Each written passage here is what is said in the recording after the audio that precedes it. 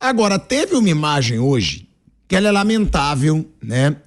Mas também pra que o cara vai querer se infiltrar na torcida adversária? Foi um rapaz, torcedor do Palmeiras, dentro da torcida do São Paulo, a galera fala, né, o infiltrado. E ele foi tirado ali a socos, pontapés. Você vê que ele sai, a tarja não tá deixando. Então tira a tarja e depois tem uma imagem que é melhor ainda, tá? Que mostra ele voando da arquibancada. É uma queda feia, inclusive, ele estava no meio da torcida do São Paulo, não sei como descobriram que ele era torcedor do Palmeiras, talvez ele tenha reagido, porque a camisa dele é neutra, não é a camisa do Palmeiras, óbvio, senão ele nem entrado ali. Teria até a segurança falaria, meu amigão, o que você tá fazendo aqui? Agora, a outra imagem é mais forte, que é essa aí, ó. Você vai ver ele voando ali na arquibancada, vai ter um pontinho cinza voando. Já foi ali, ó. Voou, a gente vai mostrar de novo, é um pontinho cinza voando no meio da arquibancada, ali ele deve ter caído uns 3 degraus, cara, fácil, porque ele voa, provavelmente alguém empurrou, muita gente junto empurrou, o cara voa. Agora, quando ele aproxima a imagem, você vai ver um pontinho cinza voando, olha lá, ele voa pra baixo, então realmente esse cara pode ter se machucado.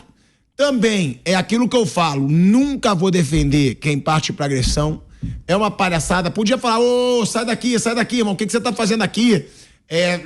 Hoje é torcida única em São Paulo, justamente por causa da violência, mas agora, a agressão a esse ponto, o cara poderia ter se machucado feio ali, e aí mais uma imagem aí de violência que a gente vê no futebol brasileiro, né, Flávio? Agora, esse pediu, não tinha que estar ali. Pelo menos não estava no meio de organizada, que aí ia ser muito pior. Ali você tem um imbecil no meio de imbecis, né? É a definição que você pode dar. Primeiro, um imbecil que vai num lugar perigosíssimo, que é realmente um lugar perigosíssimo, onde você está numa torcida única. Quando você vai nesse lugar, se você for um cara estranho, você é considerado como se fosse um marginal, um bandido, né? Você é visto como um inimigo público. E aí óbvio que você está exposto a uma agressão violenta.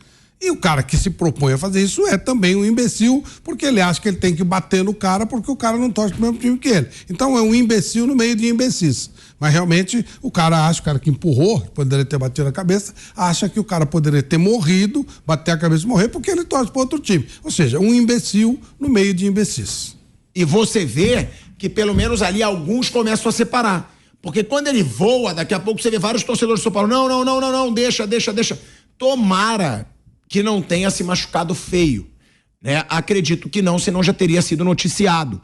Mas ele voa ali na arquibancada e é aquilo, né, gente? Pra que vai inventar moda? É torcida única, não vai no jogo.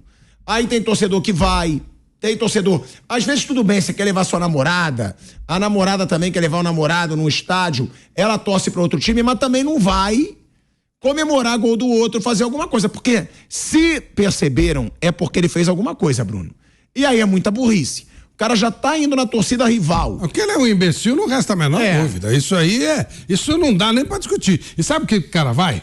Porque ele quer contar pros amigos. Tirar a foto da rede social, olha lá onde eu tava e tal. Eu sou esperto, é um idiota, né? Isso aí não há a menor dúvida. Tava procurando encrenca, tava procurando confusão, claro. Tem isso, né, Bruno? Hoje em dia, algumas pessoas até se filmam ali no meio. Sim. E depois colocam, Palmeiras, e aí viraliza. A gente já viu algumas vezes. A gente vai para um break na Rádio Jovem Pan, seguimos no YouTube.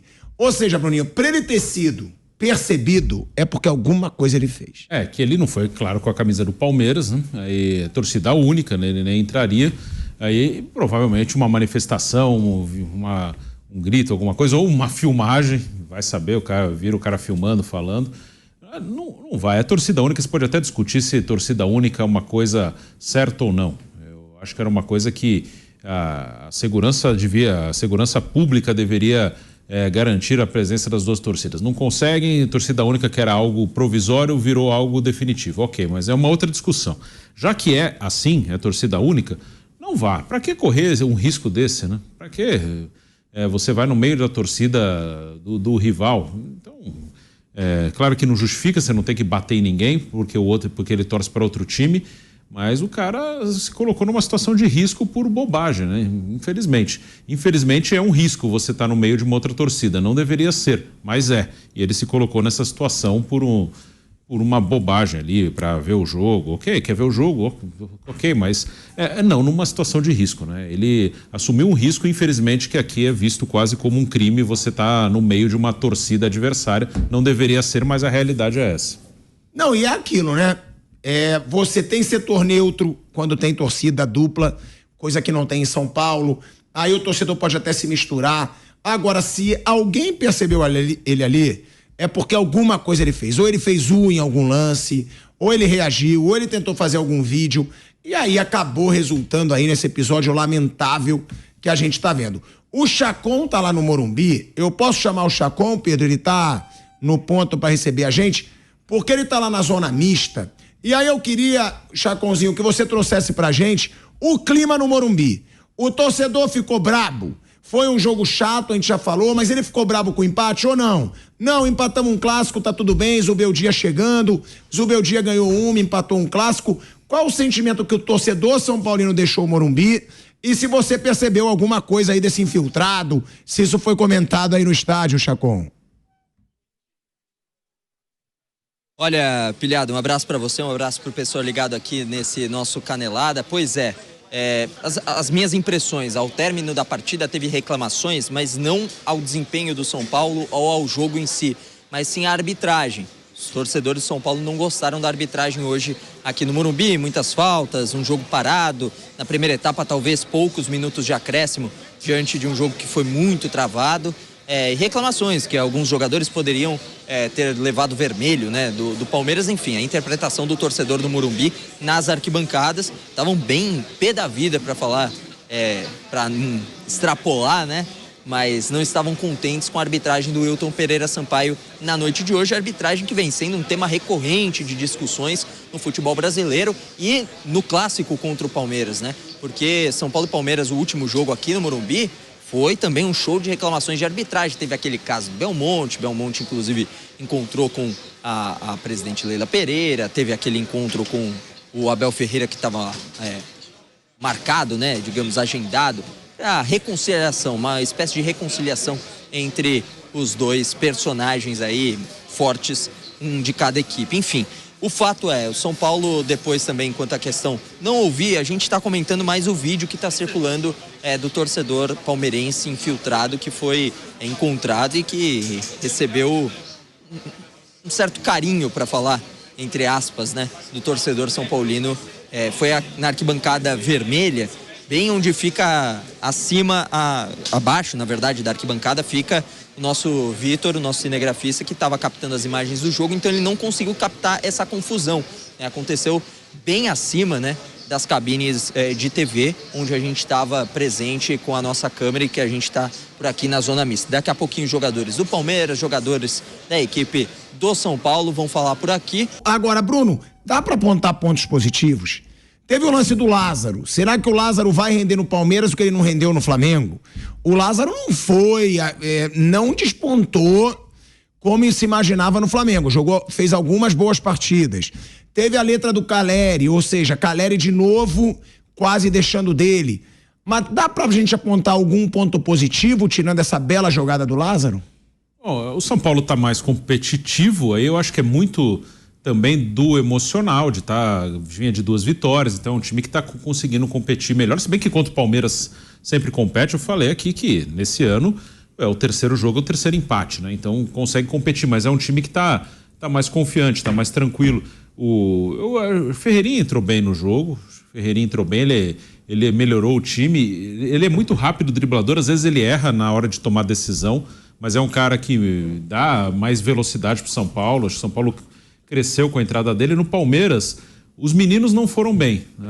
Nem o Estevão, nem o Hendrick. Luiz Guilherme entrou um pouco, mas os dois que iniciaram, né? O Hendrick já tem um outro nível, mas o Estevão, pra gente ver como os meninos vão oscilar, né? O Estevão tem 16 anos, é talentosíssimo, né? Mas é um menino que não vai jogar bem sempre.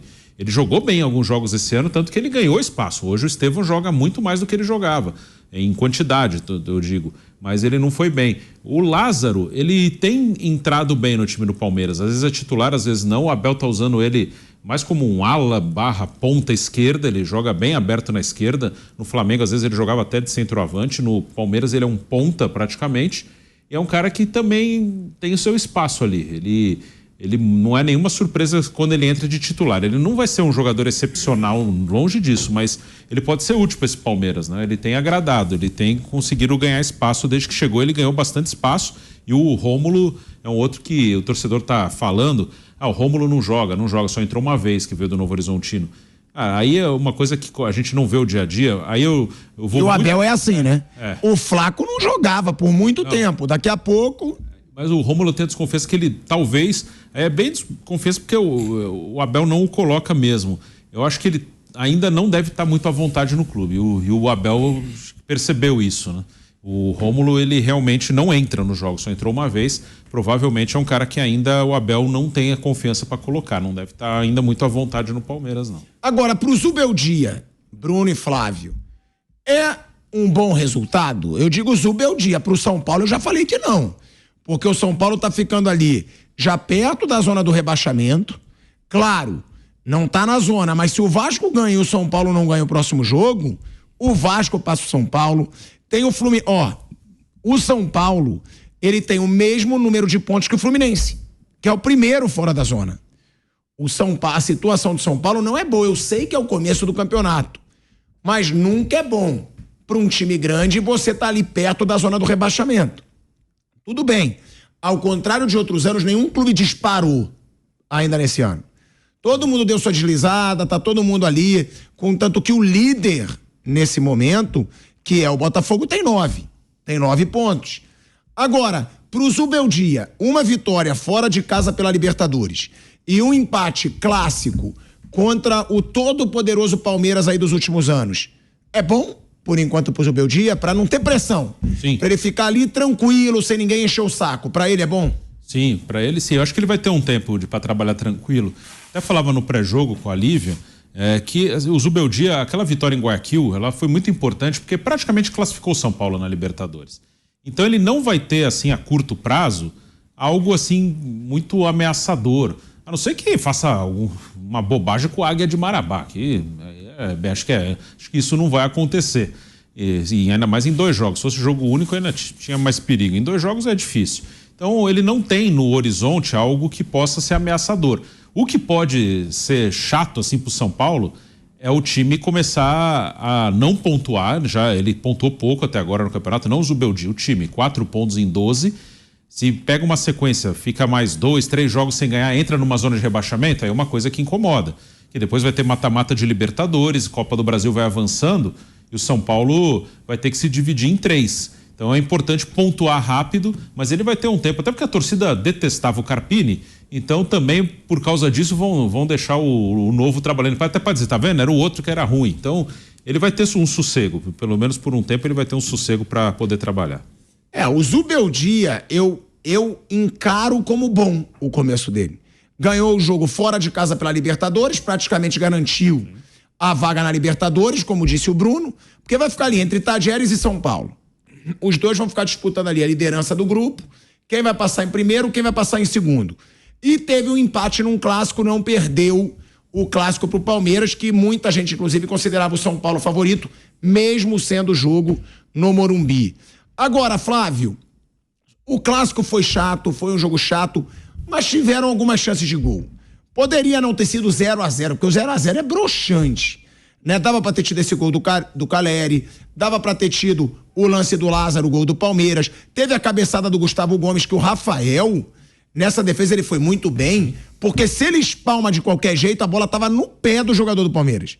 Ele não só defende a bola, como ele empurra a bola para a frente, ele tira do jogador do Palmeiras. É o típico lance que muito goleiro daria rebote e sairia o gol. E teve também ainda aquela letra do Caleri. A gente está deixando claro aqui. Foram 2 chances para cada lado. Do São Paulo, a mais clara foi a do Caleri, né? Não teve outra tão clara. Teve um chute a gol que foi para fora. Do Arboleda. Que também foi uma chance clara de gol. Agora, o 0-0 pode transformar a análise numa análise mais pessimista por não ter saído gol, ou não, o jogo foi péssimo mesmo? Não, Porque 0x0 é broxante. É né? muito. Até a gente aqui no programa, não saiu nenhum gol, gente. Se sai o gol, se sai um desses lances... Alguém mereceu mais o gol? Não. 0x0 foi uma boa nota pros dois. Mas se sai um gol, você tira o outro da zona de conforto. Isso é uma coisa muito clara. Isso é uma coisa muito evidente. Quando você... o que ali o 0x0 chega uma certa hora, sabe? Tipo, 20 do segundo tempo, eu não vou arriscar mais, pô. Se tá 1x0 pro outro, você tem que fazer alguma coisa a mais. Você tem que ousar mais. Como eles estão condicionados a não perder, pô, tá 0x0, tá bom pra todo mundo. Eu não vou... Por que eu vou me arriscar? Se tá 1x0 pro outro, você tem que sair um pouco mais. Talvez até mudasse a cara do jogo. Mas aí, à medida que o jogo vai andando, o empate tá bom pros dois, que tá um lixo pro jogo, mas tá bom pros dois, eles já vão tirando o pé também. Já vão, sabe, se acomodando. E aí você cria um espetáculo muito pior. Então, se saísse num desses lances que você falou, poderia ter saído o gol. Saísse o gol de um lado ou de outro, claro, você ia mexer com o outro lado. E aí talvez a gente tivesse um jogo um pouquinho melhor. Os dois desastres que nós tivemos foram 0x0, né? O jogo Flamengo e Palmeiras e também esse jogo do São Paulo. O nível do jogo não seria um nível técnico elevado, por certo. Mas pelo menos você teria alguma coisa a mais para falar do que lamentar que se perca a oportunidade, né? Com essas marcas grandes, ainda atraindo 55 mil pessoas, com a televisão mostrando, de fazer um espetáculo legal e fazer bem para o futebol como um todo.